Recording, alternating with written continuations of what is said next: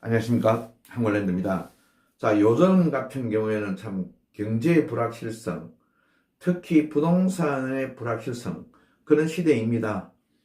자, 그럼 현재 이 시점에서 우리 부동산 유튜브니까 부동산을 봅시다.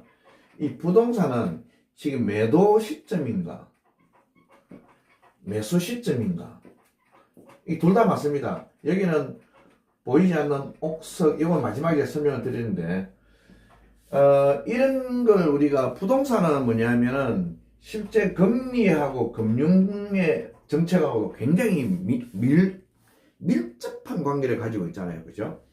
그래서 이 금리가 이때까지 정부에서 정책적으로 계속 미국에서 연준금리가 상승하고 우리나라 금리도 상승하고 이 상승된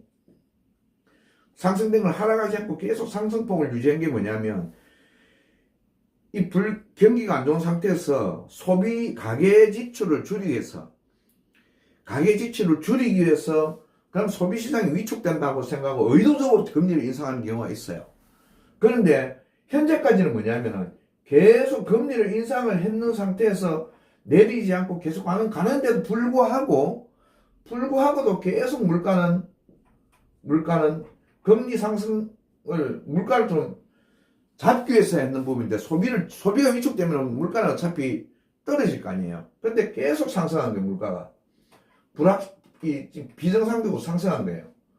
그래서 요번에 미국에서 금리 인하를 발표했습니다. 요번에 많이 발표하죠. 많이 인하를 한다고 하는데, 두고 봐야 하는데, 금리 인하가 되면 당연히 그러면 우리가 소비 시장은 어떻게 되겠습니까? 좀 활성화 되겠죠. 활성화 된다라고 하면 이 소비 시장이 활성화되면 원칙적으로는 상승해야 됩니다. 그렇잖아요. 그게 인플레이션 아닙니까? 원칙적으로 상승해야 되는데, 여기도 또 지금 아직 모르겠습니다. 물가는 비정상적으로 지금 계속 가고 있습니다. 우리가 이 금리 인하가 됨으로써 물가가 어떻게 될지는 모르겠는데, 원래는 이게 상승이 돼야 되는데 금리를 올려도 상승해. 금리를 내리면 이제는 더 이상 상승하지 않겠다라고 보고 금리를 내리는 거예요. 왜? 금리가 높으니까 가계의 금융기관의 부실 이 채권들이 너무 많이 발생하는 거예요. 지금 부동산 김매 시장도 뜨겁죠. 자, 부채를 해결하지 못하는 거예요. 우리 실례로 2008년도에 리먼 사태 있죠. 리먼 사태. 전 세계 금융 위기, 글로벌 금융 위기 있잖아요. 그죠? 이때 어떻게 됐냐면요. 여러분 다 기억하실 겁니다. 이때 전 세계 부동산 거품이 다 빠져버렸습니다. 왜? 그 당시에는 이게 굉장히 부동산이 다 상승할 것이라는 생각을 하고 예상을 하고, 미국의 4대 금융기관인 리먼 브러더스 금융기관이 모기지령까지 내가 설명하려면 길지만 많은 대출을 해줬죠. 그 저신용자한테도 담보 가액을 보고 해준 거예요. 그 저신용자는 뭐냐면은 만약의 경우에 이 대출을 갚을 수 없다라는 거 평가하지 않고 담보 가치만 보고 다 해준 거예요. 그런데 부동산 거품이 좀 빠져보니까 채권이 어떻게 됩니까? 모든 게 부실 채권 되는 거예요. 갚지는 못하잖아요. 그래서 금융위기가 파산되고, 은행 금융기관까지도 서로 간에 신뢰하지 못해가지고 서로 보증을 서지 않고, 이래서 동시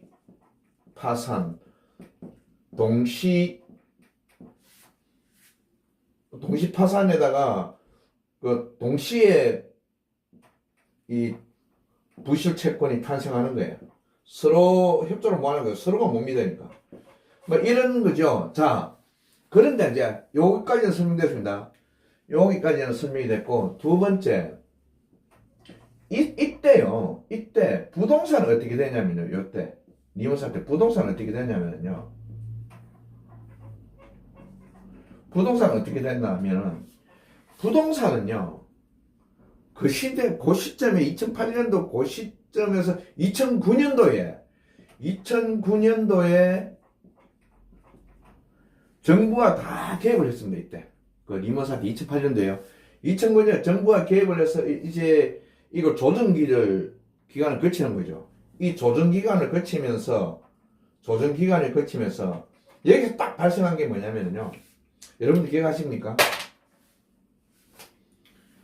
갑자기 2009년도부터 2010년 11년 한 2년간 될 거예요.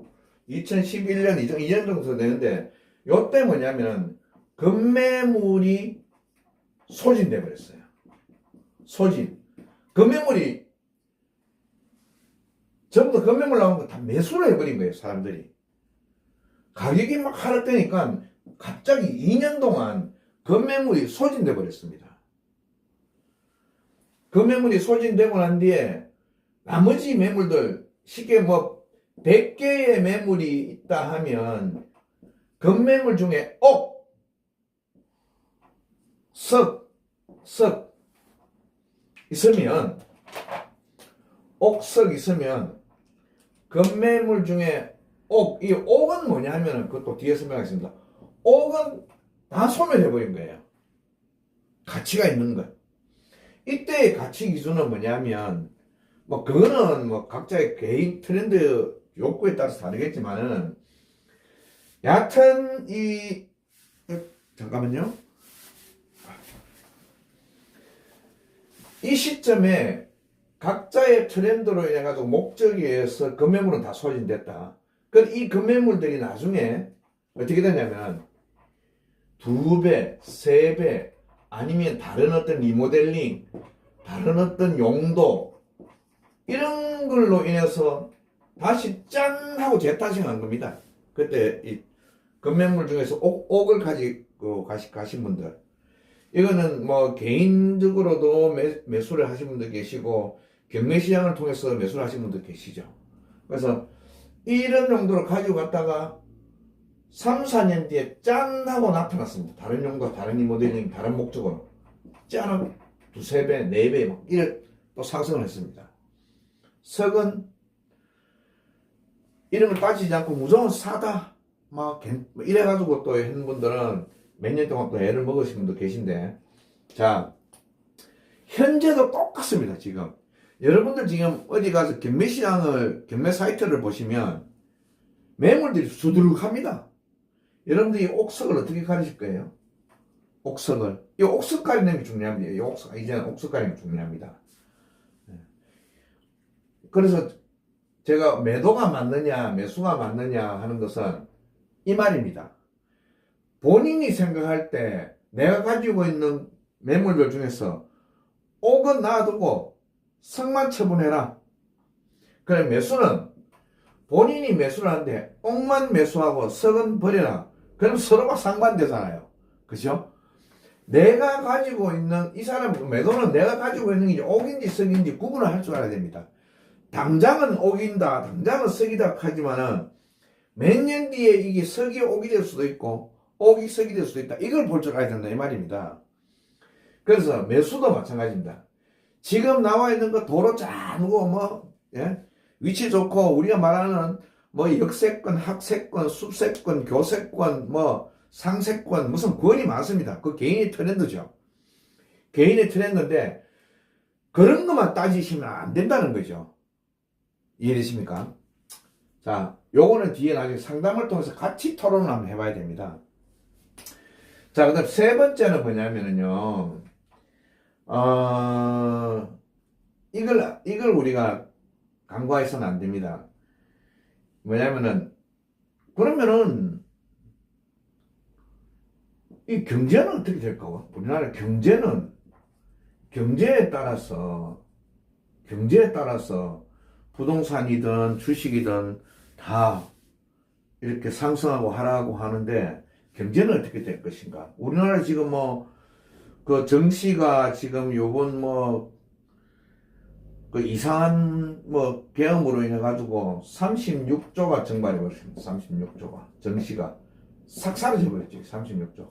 이 36조 같으면요, 우리나라 1년 예산에 650조 되는데 650조 1년 한 나라에 한 나라의 그 예산에, 예? 몇 프로 나라는 거예요? 한 5% 정도가 사라져 버렸죠. 6% 정도가 사라져 버린 거예요. 예산 그 650조 정도 예산에서 36조가 정시가 사라져 버린 겁니다. 이거 어떻게 회복할 것인가? 자, 근데 우리 또 부동산으로 갑시다. 자, 이제 이 뭐 경제는 또 뭐냐면 이 국가 경제 정책이고 우리 개인으로 갔을 때 지금 그래도 돈을 쓰는 사람들은 잘 써요. 소비도 잘 합니다. 그건 뭐냐면 이게 나중에 이제 부동산 가격하고 딱 맞물리는데 만족도, 개인의 만족도, 개인의 욕구, 개인의 실생활, 이걸 통틀어서 새로운 트렌드를 이제 이 부동산이든 주식이든 뭐 여행이든 모든 게 실생활 트렌드로 바뀌었습니다. 이게 하나의 용어라고 보시면 돼요. 실생활 트렌드가 나온 거죠. 모든 게 실생활하고 밀접되어 있습니다. 이제는 뭐 뜬구름 잡는 어떤 그런 건 없어졌다는 거죠. 자, 그러면 이 실생활 트렌드가 딱 적용이 되는 게 바로 부동산은 제일 중요한 게 부동산 봅시다. 부동산도 마찬가지로 인구가 줄어든다 하는데 아파트 여러분들 주변에 자 건물과 토지를 봅시다. 부동산 시장 보면은 우리 일반적으로 많이 그래 합니다. 자, 인구도 줄어들고 학교도 지금 심지어 아이들이 귀한 시대다 보니까 앞으로 10년 뒤 대한민국의 초중고가 반이 없어진다 그럽니다. 뭐 그런 통계도 있어요. 그러면 주택은 당연히 시장이 가격이 하락될 것 아니냐. 근데 되죠. 전체적으로는 됩니다. 전반적으로는 되는데 상승하는 지역만 합니다. 그게 뭐냐면은 이 내 실생활 트렌드하고 맞는 만족도, 욕구, 실생활에 딱 적합한 것. 요런 실생활 트렌드, 이 실생활 트렌드의 충족, 실생활 트렌드라는 것, 여러분 트렌드가 하나 탄생했다고 생각하시면 됩니다. 우리가 토지를 해봐도 이 토지도 마찬가지예요. 이 토지 시장이요. 옛날처럼 우리가 땅을 사서 투자 수익이 갑자기 뭐 가만히 놔두는데 땅값이 올라가는 시대는 이제는 완전히 지났죠. 없습니다. 그렇지 않습니다. 갑자기 뭔가 하늘에 뚝 떨어져가지고 뭐 거의 땅값이 상승하고 그런 시대는 완전히 지나버렸습니다. 지금 토지가 거래되는 것은 뭐냐면요. 이 실생활 트렌드하고 딱 맞는 토지만 거래가 돼요. 뭐냐? 지금 우리가 여행 관련된 유튜브도 참 많이 방송이 되고, 여행 관련된 숙박업소도 엄청 잘 돼요. 제주도 같은 경우에는 실제 워라벨하고, 그 다음에 이 만족도하고 욕구, 이런 실생활 트렌드에 충족되는 건축물을 지을 수 있는 위치, 그렇게 가능한 위치의 토지는 거래가 됩니다. 여기에는 뭐 실생활 트렌드는 여러 가지 말할 겁니다. 뭐 대전 영어교육도시 같은 경우는 내 아이를 통합시켜야 되고 이래 하는 경우, 그죠? 그런 경우도 있고 뭐 만족도 욕구 모든 그렇습니다. 자, 건축물, 아파트 주택은 뭐냐면요. 지금 실제로 신축 아파트들이 가격이 만만치가 않아요. 근데 이 신축 아파트들이 아까 말씀드린 대로 우리가 서울을 경기권을 중심으로 한다면 학세권, 역세권, 교세권, 상세권 쭉 있습니다. 그것도 무슨 세권 이렇게 짓는 것도 실제로 이 개인이 다 짓습니다. 뭐 시장이 주변에 있어서 좋다면 시세권 이런 것에서 이 실생활 트렌드에 모든 게 딱 귀착됐습니다. 뭐 다른 거 없습니다. 다른 거 없어요. 실생활 트렌드 개인이 정합니다. 그러다 보니까 아파트 같은 경우에도 내부 인테리어가 신축 아파트 경우에는 아주 요새 멋지게 짓잖아요. 안에 구조를 실생활 트렌드에 맞는지. 그렇기 때문에 구축 아파트, 외곽지에 있는 구축 아파트는 전부 다 주택 수요는 다 포함되는데 인구 대비, 가구 대비 주택수가 남아요, 우리나라. 그런데 인구 대비, 가계 대비, 가구 대비 주택수가 남아도 남는다? 남으면 가격이 하락하게 되지. 그 남는 거는 영원히 남는 겁니다. 무슨 소리 아시겠죠? 우리가 막연히 인구가 감소하면서 주택수가 너무 많다라고 하면 가격이 하락돼야 되는 거 아니냐 이렇게 생각하는데 그게 아니고 실생활 트렌드에 맞는 주택은 가격이 상승한다. 이렇게 보셔야 된다는 거죠. 토지도 저기 무슨 개발 호재가 있다, 뭐 여기 무슨 호재가 있다 이런 시대가 아니고 정말 여행을 하는데 여행자들이 묵어갈 수 있는 실생활 트렌드에 맞는가 이걸 봐야 되는 겁니다. 그리고 지금 정말 잘 되고 있는 게 있어요. 임대 중에서도 뭐 다가구나 다세대 오피스텔이든 뭐든지 그런 것도 실생활 트렌드에 맞는 큰 공사 현장이 딱 하면 거기는 분명히 근로자들, 노동자들이 주거를 해야 되죠. 1년이 2년이 3년이다. 그 주변에 이게 또 실생활 트렌드예요. 거기에 맞는 데는요, 방이 없습니다. 그 아파트 같은 경우에는 임대를 주려고 해도 멀리 떨어져 있는 외곽지는 뭐 실생활 트렌드하고 아무 관계가 없잖아요. 안 되는 거예요. 그 주택수만 포함되어 있는 겁니다. 가구수만 포함되어 있는 거예요. 인구 대비. 그러니까 그런 어떤 이제 남북 아파트들은 경매시장에 굉장히 많이 나와 있죠. 힘이 들죠. 그래서 이제 토지 같은 경우에도 실제 토지 거래에 우리가 상담을 해보면 무엇을 짓겠다 하는 목적이 정확합니다. 실생활 트렌드에 맞춰서 뭘 하겠다는 게 정확합니다. 자, 설명을 하면 너무 긴데 너무 많은 내용들은 그런데 이 실생활 트렌드에 맞는 이렇게 하죠. 트렌드에 맞는 이게 신규 용어는 아닙니다. 제가 하나 지었는 건데 요 부동산이 모든 거는 이 실생활 트렌드에 모든 것이 맞추어 간다. 그래서 옥석이란 것은 뭐냐면 땅이 좀 못나도 이 실생활 트렌드에 맞춰지는 땅 같으면 옥이 되는 거고 이 석이 옥을 바꾸는 거고 땅이 암만 잘생겨도 가격이 비싸가지고 이 실생활 트렌드에 맞지 않으면 이 석이 되는 거예요. 실제 사용 가치가 있어야 된다 이 말이죠.